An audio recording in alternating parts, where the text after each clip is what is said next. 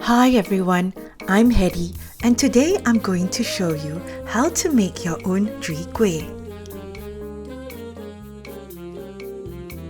The main ingredient for the topping is chaipo, which is preserved radish.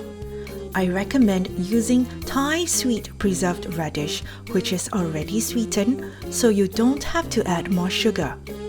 Use it directly from the packet without rinsing or soaking. We are going to start by making the shallot oil. Heat 400 ml of oil and add the sliced shallots. When frying shallots, you have to be patient. Make sure the shallots are submerged in the oil and allow them to fry over low heat for about 15 minutes. When they are a pale shade of gold, turn off the heat and let them cook in residual heat for another 2 minutes and they will turn golden brown.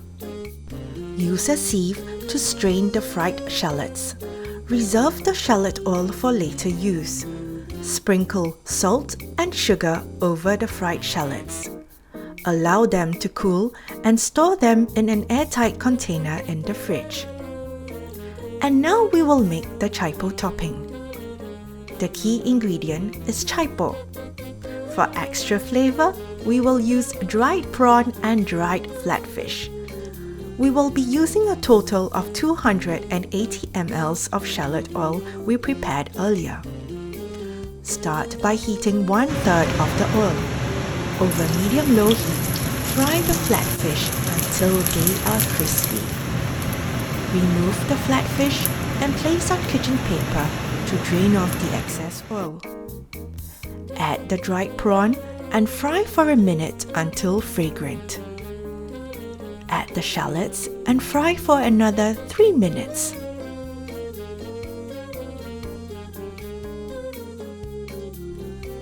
Add half of the remaining shallot oil. Allow the oil to heat up and add the garlic. Fry for 30 seconds. Add the remaining oil. Once the oil begins to bubble gently, add the chaipo and fry for 10 minutes.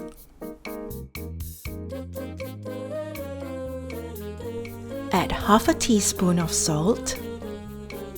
Then add 1 teaspoon of dark soy sauce to give it a deeper brown color. Finally, crush the flatfish and add that to the mixture. Give it a good stir and we're done. If you have any leftover topping, store it in an airtight container in the fridge. You can reheat it and use it as a condiment for other dishes. And now for the final part of making the Chwee kueh. I use metal molds which are 7 cm in diameter each. This recipe can make 27 pieces of Chwee kueh.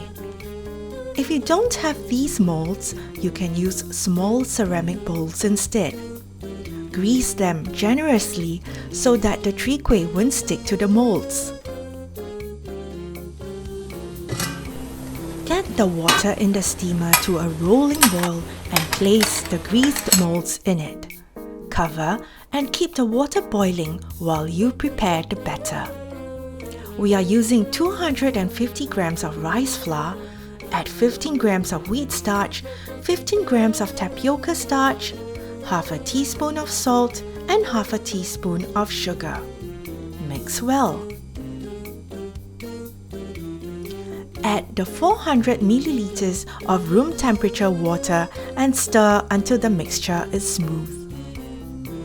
Once the batter is smooth, gradually add 600 ml of boiling water while stirring continuously until the batter thickens slightly. Do not add the water all at once or the batter will turn into a thick paste, and that's not what you want. The consistency of the final batter should still be runny. For more aroma and flavor, add 1 tablespoon of shallot oil to the batter. Stir the batter again just before you fill the molds. Fill each mold 3/4 of the way up. Cover and steam for 15 minutes. After you turn off the heat, allow the chwee kueh to cool and set for 10 minutes.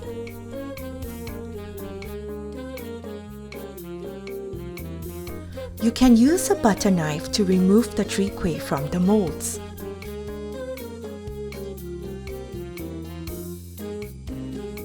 Spoon the chai po over the chwee kueh.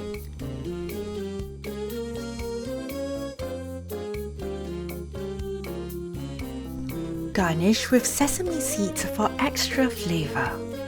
And there you have it, your very own homemade chwee kueh.